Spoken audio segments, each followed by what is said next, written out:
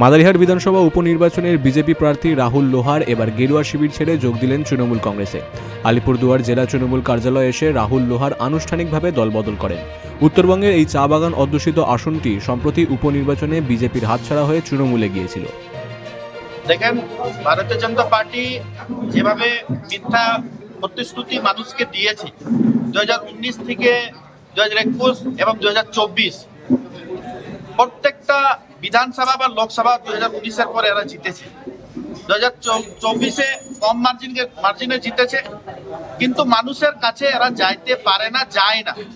জনপ্রতিনিধি হওয়ার পরে মানুষের কাছে যাওয়া দরকার, মানুষের পরিষেবা দেওয়া দরকার। আজকে কেন মানুষের ক্ষোভ? 5 তারিখ ফ্লাড হলো, কোন এমপি এমএলএ ফ্লাড সিচুয়েশনে মানুষের পাশে যায় নাই, ত্রাণ বিলি করে নাই, খিচড়ি খাওয়ায় নাই, ওদের ক্যাম্পে যায় নাই, কিচ্ছু যায় নাই, খালি ফটো তোলা। তো প্রবলেম কি আছে? মানুষ এটা বুঝে গেছে কি ভারতীয় জনতা পার্টিকে ভোট দিয়ে আর কোনো লাভ নাই।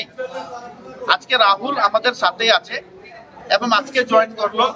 দীর্ঘদিন থেকে কন্ট্যাক্টও ছিল, কিন্তু আমি সহি সময়তে আসলে ওকে বলেছিলাম যে সহি সময় আসলে আমরা জয়েন করাবো। ভোটের ময়দানের প্রাক্তন প্রার্থীর এই দলবদল স্বাভাবিকভাবেই আলিপুরদুয়ারের রাজনীতিতে শোরগোল ফেলেছে। জেলায় বিজেপির শক্তি ক্ষয় হলো বলেই মনে করছে রাজনৈতিক মহল। আলিপুরদুয়ার থেকে অরূপ দাসের রিপোর্ট, বিগ নিউজ বাংলা।